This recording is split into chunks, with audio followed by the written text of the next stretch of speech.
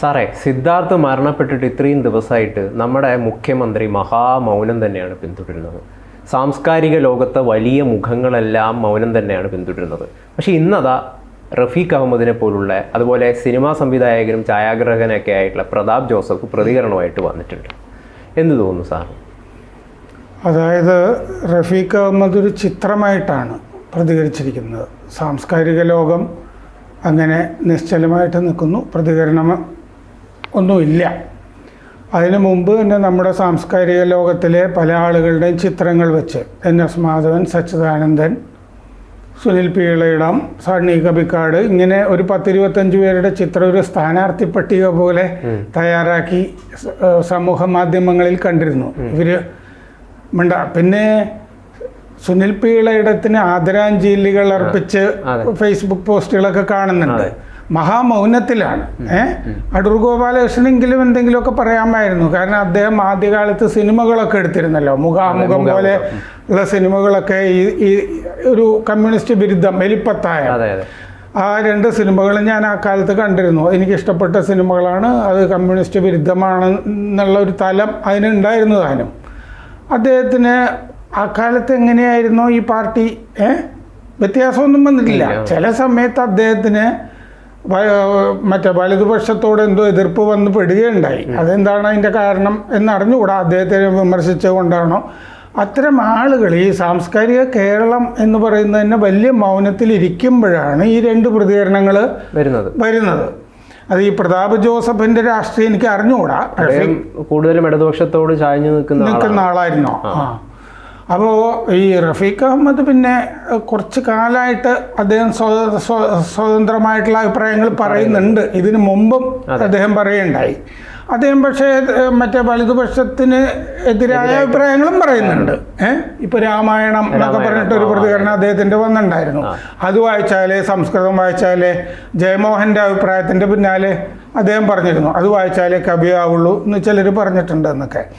റഫീഖ് അഹമ്മദിൻ്റേത് ചിത്രം പങ്കുവെച്ചോണ്ട് ആ ചിത്രം പറഞ്ഞു. പക്ഷെ രസം, ഈ റഫീഖ് അഹമ്മദിൻ്റെ തന്നെ നാട്ടിൽ നിന്നുള്ള ഹരിനാരായണൻ ഇപ്പോഴും സഖാവായിട്ടാണ് തുടരുന്നത്. അദ്ദേഹം ഈ കാര്യത്തിൽ ഒരു അക്ഷരവും പറഞ്ഞിട്ടുമില്ല. കവി, മറ്റൊരു സിനിമ പാട്ടൊക്കെ എഴുതുന്ന ആള്. പ്രതാപ് ജോസഫ് പറഞ്ഞിരിക്കുന്നത് ഞാൻ എൻ്റെ ഡിഗ്രി പഠിച്ചിരുന്ന മഹാരാജാസ് കോളേജിനെ പറ്റിയിട്ടാണ്. 99-2001 കാലഘട്ടം. അതെ, 99-2001 കാലത്തിനെ പറ്റിയാണ് പറയുന്നത്. ഞാൻ അവിടെ പഠിച്ചിരുന്നത് അടിയന്തരാവസ്ഥയ്ക്ക് ശേഷമാണ്.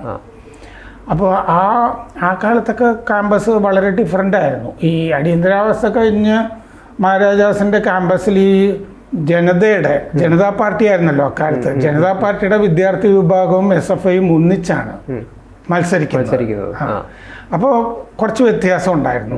ഇപ്പോൾ S നാരായണൻ പോറ്റി, നമ്മുടെ ഈ ലളിതാംബിക അന്തർജനത്തിൻ്റെയൊക്കെ കുടുംബത്തിൽ നിന്നുള്ള ആളാണ്. അദ്ദേഹമാണ് ചെയർമാൻ ജനതാ പാർട്ടിയുടെ. ബാക്കി സ്ഥാനങ്ങളിലാണ് ഈ SFI ഒക്കെ വരുന്നത്. അപ്പോൾ കുറച്ച് സേയൊക്കെ മറ്റുള്ളവർക്കൊക്കെ ഉണ്ടല്ലോ, മറ്റുള്ളവരുമായിട്ടുള്ള ചേർന്നിട്ടാണല്ലോ. തേവര കോളേജിലും ഉണ്ട്. ബാബു ജോസഫ്, സാബു ജോൺ, കുര്യൻ എന്നൊക്കെ പറഞ്ഞ് ഈ ജനതയുമായിട്ട് ചേർന്ന് നിൽക്കുന്ന ആളുകളാണ് പ്രധാനപ്പെട്ട സ്ഥാനങ്ങളിലൊക്കെ അന്ന് വരുന്നത്. അത് അങ്ങനത്തെ ഒരു സഖ്യം ആയിട്ടാണ് വന്നിരുന്നത്. പക്ഷേ അന്ന് SFIക്കാർക്ക് ക്യാമ്പസിൽ ഈ ഗുണ്ടാസെറ്റും ഒക്കെ ഉണ്ടായിരുന്നു. ഞാൻ പഠിക്കുന്ന കാലത്തും ഉണ്ട്. പിന്നെ ഏതെങ്കിലും ഘട്ടത്തിൽ അന്ന് ഈ പോലീസ് ക്യാമ്പസിൻ്റെ അകത്ത് കയറരുതെന്നുള്ള വിധിയൊന്നും വന്നിട്ടില്ല. അപ്പോൾ പിന്നെ ഈ എന്തെങ്കിലും ഒരു അത്യാവശ്യം വന്ന SFI എറണാകുളം മാർക്കറ്റിൽ നിന്ന് CITക്കാരെ വിളിച്ച് കൈകാര്യം ചെയ്യുക. അതാണ് അങ്ങനെയാണ് ചെയ്തുകൊണ്ടിരുന്നത്. അപ്പോൾ അങ്ങനെ ഒക്കെ കണ്ടുപരിചയിച്ചിട്ടുള്ള ഒരു ക്യാമ്പസിൽ പ്രതാപ് ജോസഫ് പറയുമ്പോഴേക്കും കാര്യങ്ങളൊക്കെ മാറിയിരുന്നു. അതിൻ്റെ വ്യത്യാസം നിങ്ങൾക്ക് മനസ്സിലാകുന്നത് എങ്ങനെയാണെന്ന് വെച്ചാൽ, ഈ മഹാരാജാസ് ഹോസ്റ്റലിനെ പറ്റിയിട്ടുള്ള എൻ്റെ പ്രിയപ്പെട്ട കഥ നടന്ന സംഭവമാണ്. അവിടെ ഡോക്ടർ KS രാധാകൃഷ്ണൻ ഒരു ഹോസ്റ്റലിൽ ഒരു മുറി ഉണ്ടായിരുന്നു. ഇപ്പോഴത്തെ BJPയുടെ സംസ്ഥാന വൈസ് പ്രസിഡന്റ്. ആ മുറിയിലാണ് മിക്കവാറും വീട് വിട്ടിറങ്ങിപ്പോന്നിരുന്ന ബാലേന്ദ്രൻ ചുള്ളിക്കാട് താമസിക്കുന്നതൊക്കെ. അപ്പോൾ ബാലേന്ദ്രൻ അവിടെ ഉള്ളത് കൊണ്ട് ഇവർ രണ്ടുപേരും എന്നോട് പറഞ്ഞിട്ടുള്ള കഥയാണ്. P. കുഞ്ഞിരാമൻ നായർ വല്ലപ്പോഴുമൊക്കെ അവിടെ വരും. അദ്ദേഹം താമസിക്കുന്നത് BTHലായിരിക്കും, പക്ഷേ ഈ ഹോസ്റ്റലിൽ ഇവരെ കാണാനൊക്കെ വരും. അങ്ങനെ ഒരു ദിവസം ഈ ജനാലയ്ക്ക് വലിയ മറ്റേ ഇതും മറവും ഒന്നുമില്ലല്ലോ. അപ്പോൾ അങ്ങനെ വന്നപ്പോൾ കറണ്ട് പോയി. സന്ധ്യ സമയമൊക്കെയാണ്, ഇരുട്ടാണ്. അപ്പോൾ പുറത്തേക്ക് നോക്കിയിട്ട് ഒരു വെറ്റിലേക്ക് എടുത്തിട്ട് കുഞ്ഞിരാമൻ നായർ പറഞ്ഞു, എനിക്കിത് ചുണ്ണാമ്പും നിലാവും മാറിപ്പോകുന്നു. അപ്പോൾ ഈ ഹോസ്റ്റലിനെ പറ്റിയിട്ട് ഇത്രയും ഭയങ്കരമായ ഒരു സൗന്ദര്യ ലാവണ്യ സുന്ദരമായ കഥകളൊക്കെ കേട്ടിട്ടുള്ളൊരു കാലമാണ് എൻ്റെ മനസ്സിലുണ്ടായിരുന്നത്. പക്ഷേ ഇപ്പോൾ പ്രതാപ് ജോസഫ് അതിൽ പറഞ്ഞിരിക്കുന്നത് 2 ഭാഗങ്ങളായിട്ട് പറയണം. ഒരെണ്ണം ഇടിമുറി, ഹോസ്റ്റലിലൊരു ഇടിമുറി ഉണ്ടായിരുന്നു. ഒന്ന് ലൈംഗിക തൊഴിലാളികൾക്ക് നേരെ നടക്കുന്ന, അതെ, അത് രണ്ടുമാണ് പറയുന്നത്. അതെ, ഇടിമുറിയിലെ പറ്റി അദ്ദേഹം പറഞ്ഞിരിക്കുന്നത് ഈ മറ്റേ മഹാരാജാസ് കോളേജിൻ്റെ ലേഡീസ് ഹോസ്റ്റൽ എന്ന് പറഞ്ഞത് അങ്ങേ അറ്റത്താണ്.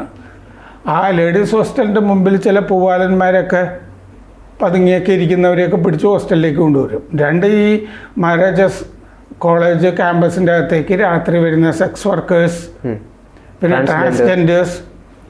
അക്കാലത്തൊരു മാഷുണ്ടായിരുന്നു, മാഷിൻ്റെ പേര് ഞാൻ പറയുന്നത് ശരിയല്ല. ആ മാഷ് ഈ സെക്സ് വർക്കേഴ്സിൻ്റെ ഒരു ക്ലയൻ്റ് ആയിരുന്നു. അദ്ദേഹം മെയിൻ ക്യാമ്പസിൽ നിന്ന് വിട്ട് അപ്പുറത്തുള്ള ഒരു പ്രത്യേക ദ്വീപപ്രദേശമുണ്ട്, ഒരു പ്രത്യേക ഹിസ്റ്ററി പഠിപ്പിക്കുന്നൊരു സ്ഥലം, അവിടുത്തെ പ്രൊഫസറായിരുന്നു അദ്ദേഹം. അത് കഴിഞ്ഞ് ആ മാഷുണ്ടായിരുന്ന കാലത്ത് തന്നെ, വാർഡനൊക്കെ ഉണ്ടായിരുന്ന കാലത്ത് തന്നെ, ഹോസ്റ്റൽ വാർഡൻ ആയിട്ടുണ്ടായിരുന്ന കാലത്ത് തന്നെ അവിടെ ഒരു കഥയുണ്ട്. അതായത് ഒരു ദിവസം ഈ കൂട്ടത്തിൽപ്പെട്ടൊരു സ്ത്രീ വന്നിട്ട് വഴക്കുണ്ടാക്കി ഹോസ്റ്റലിൽ. അപ്പോൾ ഇവൻ മറ്റേ ഈ ക്രിയയ്ക്ക് ശേഷം ഈ സെക്സ് വർക്കറിനെ പഴയൊരു ലോട്ടറി ടിക്കറ്റ്, രാത്രിയായിരുന്നല്ലോ, അറിഞ്ഞില്ല, നറുക്കെടുത്തു കഴിഞ്ഞൊരു ലോട്ടറി ടിക്കറ്റ് കൊടുത്ത് പറ്റിച്ചു. ഇത് ചോദിക്കാൻ വന്നിരിക്കുകയാണ് ഈ സ്ത്രീ ഹോസ്റ്റലിൽ. അപ്പോൾ ഈ വാർഡൻ, ഈ പറഞ്ഞ ക്ലയൻറ്റ് മാഷ് ഇടപെട്ടു ഇതിൻ്റെ അകത്ത്, പ്രൊഫസർ. അപ്പോൾ ഇവർ ചൂടായി, ഈ സെക്സ് വർക്കർ. മാഷ് എന്തിനു ഇതിൻ്റെ അകത്ത് കയറി ഇടപെടുന്നത്? മാഷ് ഇതൊക്കെ ചെയ്യുമ്പോൾ ഞാൻ എന്തെങ്കിലും പരാതി പറയാറുണ്ടോ? ഈ ചെക്കൻ ഇങ്ങനെ വൃത്തികേട് കാണിക്കാൻ പാടുണ്ടോ എന്ന് പറഞ്ഞിട്ട് ബഹളം ഉണ്ടാക്കി. ഇത്തരം കഥകളൊക്കെയാണ് ആ കാലത്ത് കേട്ടിരുന്നത്. അപ്പോഴാണ് ഈ എനിക്കൊക്കെ പരിചയമുള്ള കഥകളിൽ നിന്ന് വ്യത്യാസമായിട്ട് പ്രതാപ് ജോസഫ് പറയുന്നത്. ഈ പ്രതാപ് ജോസഫ് പറയുന്ന കാലത്ത് പ്രതാപ് ജോസഫ് ഈ സെക്സി ദുർഗയുടെയൊക്കെ ക്യാമറാമാൻ ആയിരുന്നു എന്നാണ് ഞാൻ മനസ്സിലാക്കുന്നത്. അദ്ദേഹം സംവിധാനം ചെയ്ത ഒരു സിനിമ ഞാൻ കണ്ടിട്ടില്ല. അപ്പോൾ അദ്ദേഹം പഠിച്ചിരുന്ന കാലം എനിക്ക് തോന്നുന്ന ആഷിഖ് അബു, അൻവർ റഷീദ്, പിന്നെ അമൽ നീരദ്, ഇവരുടെയൊക്കെ ഒരു കാലഘട്ടത്തിനെ പറ്റിയാണ് അദ്ദേഹം പറയുന്നതെന്ന് തോന്നുന്നു. ആ 3 പേരും സിദ്ധാർത്ഥിന്റെ മരണത്തിനെ പറ്റി പ്രതികരിച്ച് കണ്ടിട്ടില്ല, അവരും മൗനത്തിലാണ്. അപ്പോൾ ആ കാലത്ത് ഈ ഇടിമുറിയിൽ ഈ പറഞ്ഞ സെക്സ് വർക്കേഴ്സ്, അതെ, ട്രാൻസ്ജെൻഡേഴ്സ്, പിന്നെ ആ പൂവാലന്മാർ, അവരെയൊക്കെ വിളിച്ചു കയറ്റി ഈ ഇടിമുറിയിലിട്ട് ഇടിക്കുമായിരുന്നു എന്നാണ് അദ്ദേഹം എഴുതിയിരിക്കുന്നത്. ചോദ്യം ചെയ്യും, ഇടിക്കും, വെളുക്കുവോളം മർദ്ദിക്കും, പിന്നെ ഇടനാഴി കൂടി ഓടിക്കും, ഓടിച്ചിട്ടടിക്കും. അതാണ് പ്രതാപ് ജോസഫ് പറഞ്ഞിരിക്കുന്ന ഒന്ന്. വേറൊന്ന് അദ്ദേഹം പറഞ്ഞിരിക്കുന്ന സദാചാരം. അത് ഇടനാഴിയിലിട്ട് ഈ ഇവരെയൊക്കെ ഓടിച്ചിട്ട് ഇടിക്കും. ഇടിമുറി, ഈ സദാചാര പോലീസിങ്. അപ്പോൾ ഈ ഇടിമുറിയുടെ അകത്ത് വടിവാള്, സൈക്കിൾ ചെയിനൊക്കെ സൂക്ഷിച്ചിട്ടുണ്ട് ഹോസ്റ്റലിലെ ഇടിമുറി. അപ്പോൾ നഗരത്തിൽ, എറണാകുളം നഗരത്തിൽ എന്തെങ്കിലും ഒരു ആവശ്യം, ഒരു ഗുണ്ടാപ്പണി വേണ്ടി വന്നാൽ ആളുകൾ ഹോസ്റ്റലിലാണ് വരുന്നത്. ഹോസ്റ്റലിൽ വന്നിട്ട് ആയതുകൊണ്ട് ആർക്കും വന്ന് കയറി താമസിക്കാവുന്ന ഒരു സ്ഥലമായിരുന്നു. അങ്ങനെ താമസിക്കുന്നുണ്ടായിരുന്നു, അതൊക്കെ ശരിയാണ്. ആളുകൾ തോന്നിയ പോലെ താമസിക്കുന്നുണ്ടായിരുന്നു. പ്രതാപ് ജോസഫ് പറയുന്നത് ഈ ഗുണ്ടാപ്പണിക്കാണ് അവിടുന്ന് പിള്ളേരെ SFIക്കാരെയൊക്കെ വിളിച്ചുകൊണ്ട് പോകുന്നത്. ആയുധം അവിടെ ഈ ഇടിമുറിയിൽ സൂക്ഷിച്ചിട്ടുമുണ്ട്. അങ്ങനെ വരുന്ന ഈ പുറത്തുനിന്ന് വരുന്ന താമസിക്കുന്നവർക്ക് അവിടുത്തെ ഹോസ്റ്റലിൽ നിന്ന്, മറ്റേ ക്യാൻറ്റീനിൽ നിന്ന് ഭക്ഷണം കൊടുക്കും. ആ ചെലവ് ഈ ഫീസ് കൊടുത്ത് പഠിക്കുന്ന കുട്ടികളുണ്ടല്ലോ ഹോസ്റ്റലില്, ഫീസ് കൊടുക്കുന്നവർ, അവരുടെ ബില്ലിൽ വരും. അവരുടെ മുറിയുടെ നമ്പറൊക്കെ എഴുതി വെച്ചിട്ടാണ് ഈ ഗുണ്ടകൾക്ക് ഭക്ഷണം കൊടുക്കുന്നത്. അങ്ങനെയാണ് പറഞ്ഞിരിക്കുന്നത്. ഇത് ആരും ആ കാലത്ത് ചോദിച്ചിരുന്നില്ല. പ്രതാപ് പറഞ്ഞിരിക്കുന്ന ഒരു കാര്യം, ഈ നിലവിളി കേട്ടിട്ട്, ഇടികൊള്ളുന്നവർ നിലവിളി കേട്ടിട്ട് പല ദിവസങ്ങളിലും രാത്രി മുഴുവൻ ഞാൻ കരഞ്ഞിട്ടുണ്ട് എന്ന് അദ്ദേഹം പറഞ്ഞിട്ടുണ്ട്. കാരണം അദ്ദേഹത്തിന് ചോദിക്കാൻ നിർവാഹമില്ല, ചോദിക്കാനുള്ള ധൈര്യമില്ല. അങ്ങനെ കരഞ്ഞ രാത്രികൾ അത് ഇപ്പോഴെങ്കിലും പറഞ്ഞില്ലെങ്കിൽ, അതായത് മുമ്പ് ഒരിക്കൽ ഈ പ്രതാപ് തന്നെ മുടി മുറിച്ചൊരു കഥ മുമ്പ് പറഞ്ഞിട്ടുണ്ട്. അതിൻ്റെ വിശദാംശങ്ങൾ ഞാൻ ഓർക്കുന്നില്ല. ഇത് രണ്ടാം ഘട്ടമാണിത്. കാരണം സിദ്ധാർത്ഥന്റെ മരണം വന്നപ്പോൾ കുറെ കൂടി കാര്യങ്ങൾ തുറന്നു പറയണം എന്ന് തോന്നിയിട്ടാണ്. അപ്പൊ 2 വർഷമാണ് അവിടെ ഉണ്ടായിരുന്നത്. പ്രതാപ് ഒരു 10 പേരെങ്കിലും ആ ഇടിമുറിയിൽ കയറ്റി ഇടിക്കുന്നത്, മറ്റേ മുറിയിലിരുന്ന് അവരുടെ നിലവിളി കേട്ടിട്ടുണ്ട് എന്ന് അദ്ദേഹം എഴുതിയിട്ടുണ്ട്. ഇതാണ് അദ്ദേഹം പറയുന്നത് 25 കൊല്ലം മുമ്പത്തെ സംസ്കാര സമ്പന്നമായ മഹാരാജാസ് കോളേജിന്റെ കഥ. അതുകൊണ്ട് തന്നെ തിരിച്ചു പോകാൻ തനിക്ക് താല്പര്യമില്ല എന്നും പറയുന്നു. അതെ, അവിടുന്ന് ആകെ ഒരു പോസിറ്റീവായ ഒരു സംഭവം കണ്ടത് അവിടുന്ന് ബാക്കി വന്നവർ എന്ന് പറഞ്ഞൊരു സിനിമ IFFKയിലേക്ക് വന്നപ്പോൾ സന്തോഷമായിരുന്നു എന്ന് പറഞ്ഞു. അതല്ലാതെ ഒരു സന്തോഷവും ആ ക്യാമ്പസിൽ നിന്നോ ഹോസ്റ്റലിൽ നിന്നോ കേട്ടിട്ടില്ല, ഈ നിലവിളികളല്ലാതെ. പിന്നെ എന്തുകൊണ്ട് ഇങ്ങനെ വന്നു എന്ന് വെച്ചാൽ, പ്രതാപ് പറയുന്ന ഒരു ഭാഗത്ത് എനിക്കും കുറച്ച് വിവരമുള്ളതാണ്. പാർട്ടിക്ക് ഗുണ്ട വേണം പല കാര്യങ്ങൾക്കും. അതുകൊണ്ട് ചെലവും കൊടുത്ത് ഇങ്ങനെ കോളേജുകളിൽ ചേർക്കുക, ഹോസ്റ്റലിൽ താമസിപ്പിക്കുക, എന്നിട്ട് അവരെ സംരക്ഷിക്കുക, അവരെ കൊണ്ട് പല ജോലികളും, ഈ രാഷ്ട്രീയ കൊലപാതകങ്ങളോ അടിയോ അങ്ങനത്തെ കാര്യങ്ങളൊക്കെ ചെയ്യിക്കുക. ഈ ഭാഗത്ത് ഞാൻ പലപ്പോഴും ശ്രദ്ധിച്ചിട്ടുണ്ട്. നമ്മുടെ നാട്ടിലെ കോളേജുകളിൽ കുറേ പ്രായമൊക്കെ ഉള്ള വിദ്യാർത്ഥികളൊക്കെ SFI കൊണ്ടൊന്ന് ചേർക്കാറുണ്ട്. ഇവർ ഈ 10ാം ക്ലാസ് പഠിച്ചിട്ടോ പ്രീ ഡിഗ്രി പഠിച്ചിട്ടോ ഒക്കെ പൂർവ്വ വിദ്യാർത്ഥികൾ മാർക്കറ്റിലൊക്കെ ഈ ചുമടെടുക്കുന്നവരും വണ്ടി വലിക്കുന്നവരും ഒക്കെ ഉണ്ടാവും. ഈ തൃശ്ശൂർ ശക്തൻ, ഉദാഹരണത്തിന് ശക്തൻ മാർക്കറ്റിൽ ഇങ്ങനെ CITU തൊഴിലാളികളൊക്കെ ആയിരിക്കുന്ന അത്യാവശ്യം പ്രീ ഡിഗ്രി ഒക്കെ കഴിഞ്ഞ ആളുകളെ എടുത്തിട്ട് അവർ ലോ കോളേജിലൊക്കെ ചേർക്കും പാർട്ടി. ശരി. ഇത് തൃശ്ശൂർ ലോ കോളേജിലൊക്കെ നടക്കുന്ന കാര്യമാണ് ഇപ്പോഴും. അത് എനിക്ക് ചില അതുമായി ബന്ധപ്പെട്ട വിവരങ്ങൾ ഉണ്ട്. അപ്പോൾ എന്നിട്ട് അവരെ ഈ അടിച്ചമർത്തണമല്ലോ, മറ്റ് വിദ്യാർത്ഥി സംഘടനകൾ പാടില്ലല്ലോ, അതിനു വേണ്ടി ഉപയോഗിക്കുകയാണ് ഇത്തരം ആളുകളെ. അതായത് 10ാം ക്ലാസ് കഴിഞ്ഞവരെ പ്രീ ഡിഗ്രി പഠിപ്പിക്കും, പ്രീ ഡിഗ്രിക്ക് ചേർക്കും. ഇതൊക്കെ ഈ മൊത്തം അധ്യാപക സംഘടനയൊക്കെ പാർട്ടിയുടെ കയ്യിലാണല്ലോ. അപ്പോൾ പ്രിൻസിപ്പൽ മുതൽ കീഴോട്ട് വളരെ അപൂർവമായിട്ട് 1-2 പേരൊക്കെ അല്ലാതെ ഞാൻ കണ്ടിട്ടുള്ളൂ. മഹാരാജാസ് കോളേജിൽ വർക്കല രാധാകൃഷ്ണൻ്റെ മകള് ജയശ്രീ, അവരൊരു മുഴുവൻ പാർട്ടിക്കാരി അല്ലാതെ ഇംഗ്ലീഷ് ഡിപ്പാർട്ട്മെൻറ്റിൽ ഞാൻ വർഷങ്ങൾക്ക് ശേഷം കണ്ടിട്ടുണ്ട്. അവിടെ തന്നെ ജയദേവൻ എന്ന് പറഞ്ഞ ഇംഗ്ലീഷ് ഡിപ്പാർട്ട്മെൻറ്റിൽ ഒരു പ്രൊഫസറേയും, ബാക്കി മുഴുവൻ സഖാക്കളാണ്. തൃശ്ശൂർ ലോ കോളേജിൽ പൊളിറ്റിക്സിൽ ഒരാളുണ്ടായിരുന്നു, അയാൾ ഒഴിച്ച് ബാക്കി എല്ലാവരും സഖാക്കളാണ് ഈ അധ്യാപകർ. അങ്ങനെയാണ് ഈ കോളേജുകളുടെയൊക്കെ ഒരു സെറ്റപ്പ്. അപ്പോൾ മൊത്തത്തിൽ ഒരു സംഘടനാ ശൃംഖലയാണ്. മഹാരാജാസിൽ ഇപ്പം മൊത്തം എങ്ങനെയാണ്, കാരണം ജയശങ്കർ വക്കീലിന് തന്നെ ഒരു കേസ്, ഒരു പ്രമാദമായ കേസ് ഉണ്ടായിരുന്നു, ഒരാളെ തോൽപ്പിച്ചത് അവിടെ മലയാളം ഡിപ്പാർട്ട്മെൻറ്റിൽ. ഇവരെയൊക്കെ ചോദ്യം ചെയ്യുന്നു എന്നൊക്കെ പറഞ്ഞിട്ട്. അയാൾ നല്ല മാർക്കൊക്കെ ഉണ്ടായിരുന്ന ആളാണ്, അങ്ങനെയും ചെയ്യുന്നുണ്ട്. ഇന്റേണൽ അസസ്മെൻ്റ് ഒക്കെ ഉണ്ടല്ലോ മഹാരാജാസിൽ, ഓട്ടോണമിയൊക്കെ വന്നില്ലേ. അങ്ങനത്തെ കോളേജുകളിലൊക്കെ തോന്നിയ പോലെയൊക്കെയാണ് ചെയ്യുന്നത്. അതിൻ്റെയൊക്കെ ഒരു പരിച്ഛേദമാണ് നങ്ങ്യാർകുളങ്ങര കോളേജിലൊക്കെ കണ്ടത്. മാർക്ക് തട്ടിപ്പും അങ്ങനത്തെ പരിപാടികളും ഒക്കെ. അപ്പോൾ എന്താണെന്ന് വെച്ചാൽ ഗുണ്ടാപ്പണി, അരാജകത്വം. എന്തായാലും നമ്മുടെ സാംസ്കാരിക ലോകത്തെ പല ആളുകളും ധൈര്യപൂർവ്വം പ്രതികരിക്കാനായിട്ട് ഇപ്പോൾ രംഗത്ത് വരുന്നുള്ളത് സന്തോഷകരമായ കാര്യമാണ്. പക്ഷെ അപ്പോഴും വലിയ വലിയ മുഖങ്ങളൊക്കെ മൗനം തന്നെ പിന്തുടരുകയാണ്. ഇവരൊക്കെ ഒറ്റപ്പെട്ട ആളുകളാണ്. പക്ഷെ ഒറ്റപ്പെട്ട ശബ്ദങ്ങൾ പോലും വലിയ ഇരുട്ടിൽ ചെറിയ മിന്നാമിനുങ്ങ് വെട്ടം പോലെ തോന്നുന്നുണ്ട്. അങ്ങനെ തോന്നിയ ഈ 2 ആളുകളാണ് ഇവര്. കഷ്ടമാണ് കാര്യം.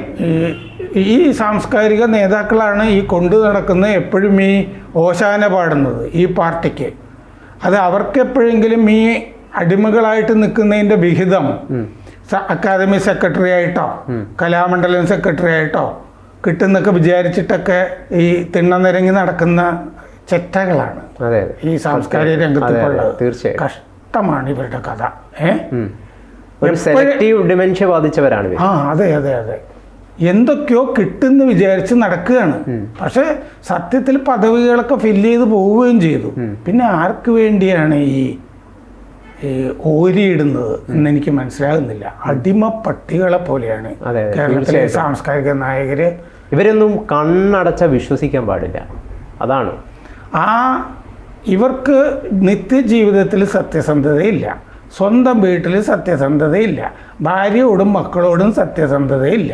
പിന്നെ എങ്ങനെയാണ് എഴുത്തിൽ സത്യസന്ധത ഉണ്ടാവുന്നത്? അതുകൊണ്ടാണ് ഈ ഹിന്ദു വിരുദ്ധമായ മീശ പോലുള്ള കൃതികൾ ഒക്കെ ഉണ്ടാവുക. അതിനൊക്കെ ഹാലേലുയ്യ പാടുക.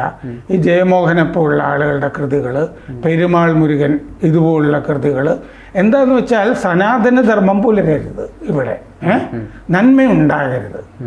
മാസ് അയാൾ സർവകലാശാലയിൽ കാണിച്ചിരുന്ന ഇതും തന്നെയാണ്, പേക്കൂത്താണ്.